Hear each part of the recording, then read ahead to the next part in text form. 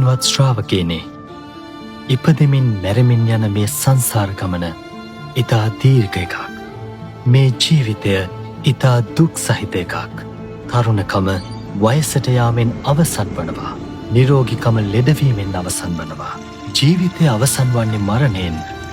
මේ සියලු දුක්වලට හේතුවන තණ්හාව නැති කර දැමිය යුතුයි.